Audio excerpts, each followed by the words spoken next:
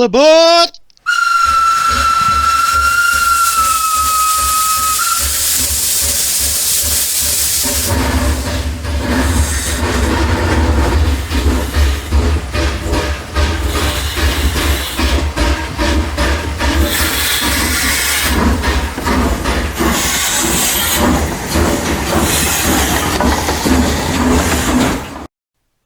Well, hello and welcome to this edition of Shaky Hands Sheds, where we'll be doing the Triang Railways 040, Little Shunter, and we're going to be doing it into a homage sort of thing, and it takes me back to my childhood when I used to work with locals like that.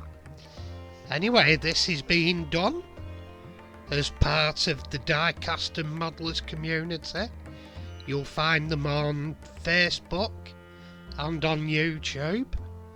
And the idea is every time at this time of year, we do a paint it blue theme, and any monies raised goes towards a dementia charity for obviously dementia, because it's the sort of thing that wrecks lives. My last entry was on my other channel, which is Pimp My Diecasts, and it was a Surtees racing car made by Corgi, and top left is its original Duckham's colour, and I did it into the Brook Bond version. But this one is the Little Triang 040 tank engine, and they were a lovely little model, and this I got it as a freebie off Diecast and Modelers community friend Martin Durs.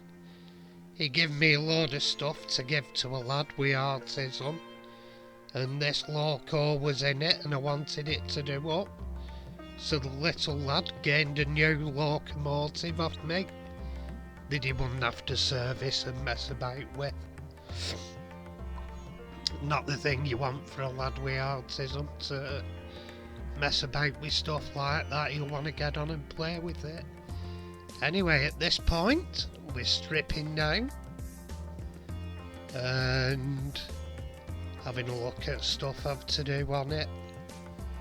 And my main thing was just clean it up here. I'm sanding. And what I do here, I'm sure a lot of you have them in your house. And what I do is, I use, he's coming in a minute, a COVID tester as a sanding block.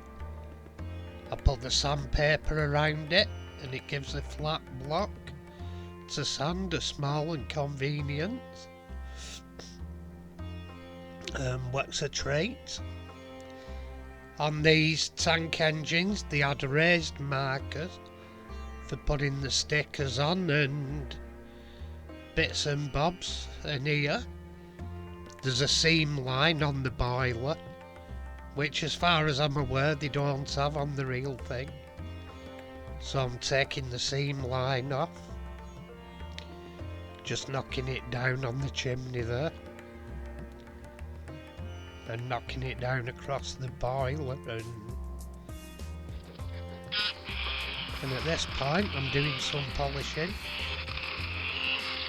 and I did polish the whistle, but I knocked it off, lost it, so I pinched a whistle off an LNER B12 that's in the line for doing, and I've ordered a new whistle for that one. Anyway, what I'm doing is just polishing the plastic up with silver water salt after it's been sanded. It's not so much to make it shine, although it did to a degree.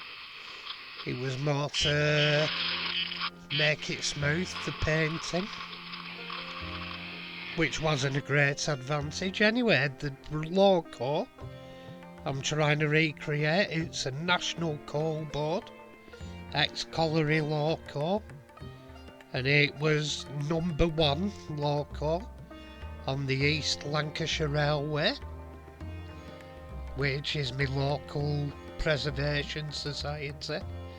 I used to go there as a kid and call up locomotives, one of which I'll show you in a bit. But this loco was one of the first locos that ran services up and down the line. There was one or two. Gothenburg was the other, which was an ex-Manchester ship canal locomotive, and that'll be seen in a picture after.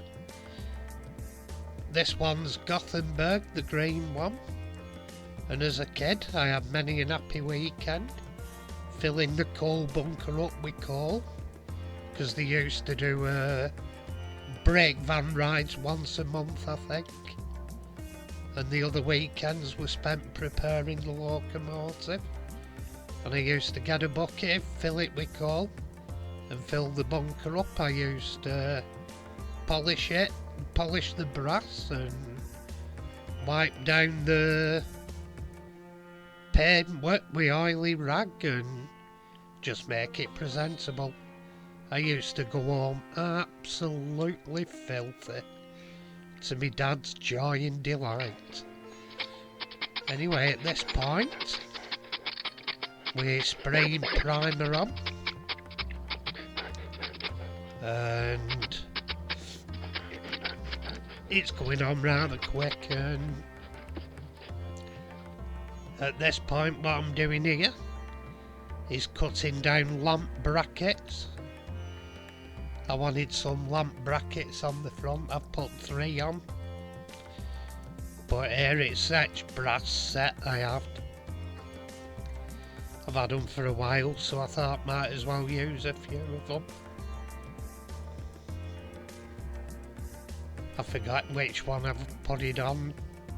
I forget which one I've used them on before. It might have been something American, to be honest. Used them for something on one of them. And here we are, I'm using my etch mate to bend them to 90 degrees all at once, so they're all uniform. Made an extra one to allow for screw ups. And here I sprayed the blue, and this was my first idea for the blue before I decided on the ALR scheme proper. I ended up stripping the paint off and starting again. And there I was polishing the wheels with silver water salt to clean them up and give better contact. And I'm painting the actual centres of the wheels here. I'm using Tamiya acrylics. Although umbrella enamel would do it, you're just making sure you don't get any paint in the wrong areas. And I'm putting the connecting rods back on, tightening them up. They've been polished with silver water salt.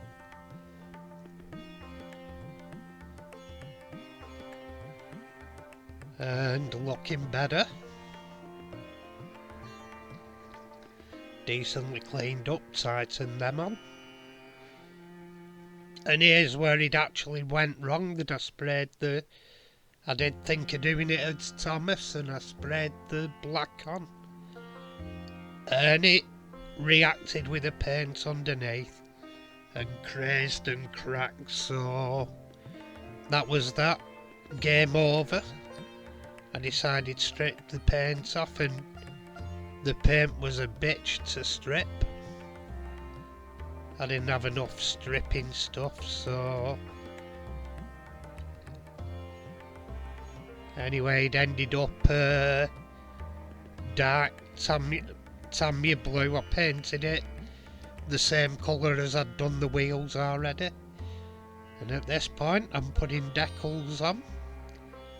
No points for guessing where I got the decals from to make ELR. Answers on a postcard. I'm sure someone will notice where I got the decals from to do the ELR initials. And this one is the L had folded over on itself. And I were having problems, so I continued off camera. It all turned out tickety-boo.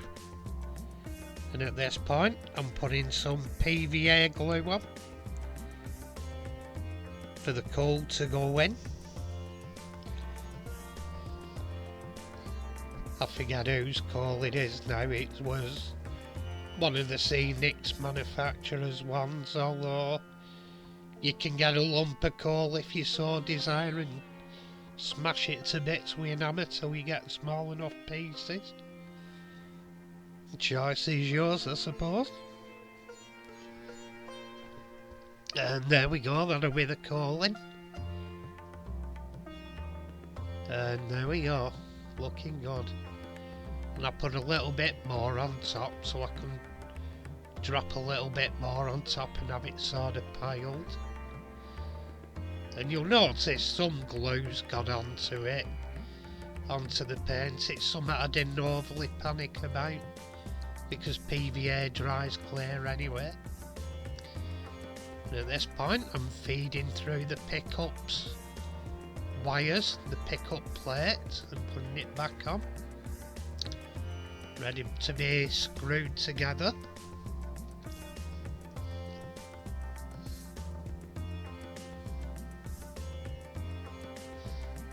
And there we go, screwing the plate back on. And next thing that comes up, we'll be putting the motor back in. It's been slipped down and into position. Then screwing the screw on at the back, not forgetting the contact wire. It's one you could miss off if you wanted, because that's a live, it's to the suppressor. You could just have the live come straight out into your live terminal and the grounding goes through the chassis. And anyway, here we go. There we go, just checking it's working. And nice and freely revolving. And here we go. A bit of green screen and have it running past the tulip thing. It is. And here we go on the rotunda. The actual finishing job of it, and it's looking quite smart. It's got its lamp irons on. It's got its new East Lancashire Railway livery, except it's number 3 instead of number 1. It's, what do you call it? I suppose you'd call it a fantasy logo. Or a wish I was, or whatever. Anyway, thank you for watching. Take care out there. Hope you've enjoyed. And it'd be absolutely smashing if you could subscribe. Thank you, and tatty pie everyone.